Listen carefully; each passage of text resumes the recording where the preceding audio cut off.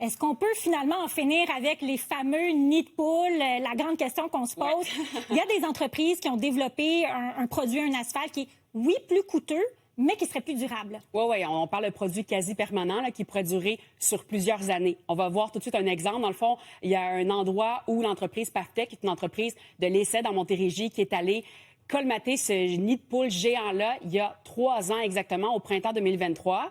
Et là, je suis retournée un peu plus tôt cette semaine. Donc, on s'entend vraiment 3 ans plus tard. On dit qu'il n'y a pas eu de retouche et regarde à quoi ça ressemble.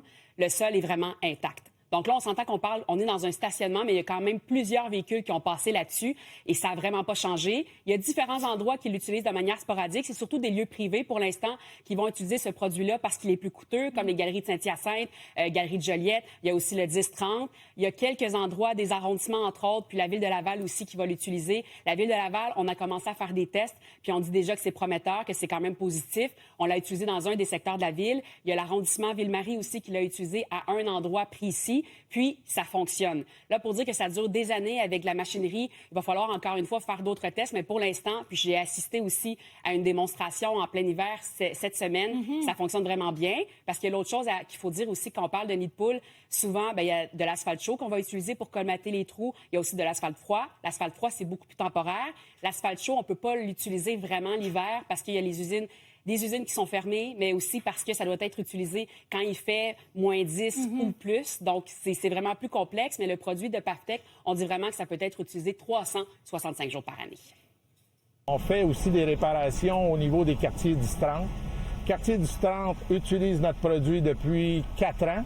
Nous, on fait les réparations dans les urgences, ça fait 3 ans. On a des produits qu'on a fait des skins avec le produit qui sont là depuis 3 ans. Les charrues ont passé dessus. Il y a 3 hivers qui ont passé dessus. Le produit est toujours là, seulement graffiné un petit peu. C'est tout. Le produit n'arrache pas.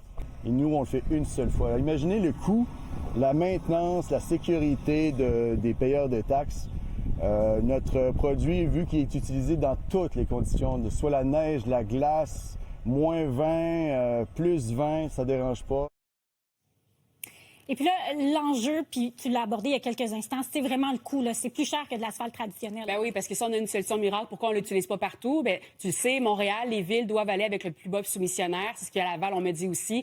Donc là, on l'utilise à certains endroits lorsqu'il y a des réparations d'urgence à faire l'hiver. Là, vous voyez, vous allez voir d'autres images, en fait, d'une autre entreprise qui propose un produit de l'asphalte froid aussi, qui est permanent. On dit que ça va durer sur plusieurs années. Là, c'est un produit c'est de l'asphalte polymérique, en fait. Là, ça veut dire qu'il y a des molécules qui sont un peu plus élastiques, donc plus résistantes aux changements de température. Le produit dont je vous ai parlé tantôt, là, c'est du produit avec du bitume, de la pierre, puis un autre ingrédient qui est secret. Mais bref, dans tous les cas, on dit vraiment que c'est permanent. Mais oui, c'est plus cher. On parle de 3 fois le prix. Donc, c'est clair que pour un plus bas soumissionnaire, ça ne fonctionne pas si on veut l'utiliser à grande échelle. Mais j'ai quand même posé la question à des automobilistes. Est-ce que vous seriez prêts à payer plus cher? Enfer. Il y en a partout. C'est la première fois que je vois autant de nids de poules que ça. C'est ridicule. Je prends des sorties à Montréal, là. C'est pas compliqué, là. Je me pète quasiment la tête au plafond quand je passe dedans. Il y a des trous partout. Je trouve ça bien ordinaire. Honnêtement, c'est pas fort. Je trouve que les municipalités, là, ils se forcent pas bien. Ils font des petits patchages vite fait, juste pour se donner bonne conscience, là, mais c'est incroyable de voir les gens qui ont des crevaisons ou toutes sortes de choses comme ça. Je pense qu'ils réalisent pas les problèmes que ça crée aux gens. Est-ce que vous seriez prêt, s'il y avait des produits qui étaient plus durables et qui coûtent plus cher aux municipalités, est-ce que vous seriez prêt à payer un peu plus cher en taxes, par exemple, pour que les routes soient plus belles au Québec? Non. Je suis pas prêt à payer plus. Non, on paye déjà assez. Moi, j'aurais pas de problème avec ça si le résultat est là. Parce qu'on paye déjà cher puis il n'y a pas de résultat. Fait que si on paye plus cher puis il y a des résultats, j'aurais pas de problème. Mais est-ce que c'est garanti? J'ai des gros doutes, là. Je serais pas prêt à payer plus cher parce qu'on paye déjà très cher.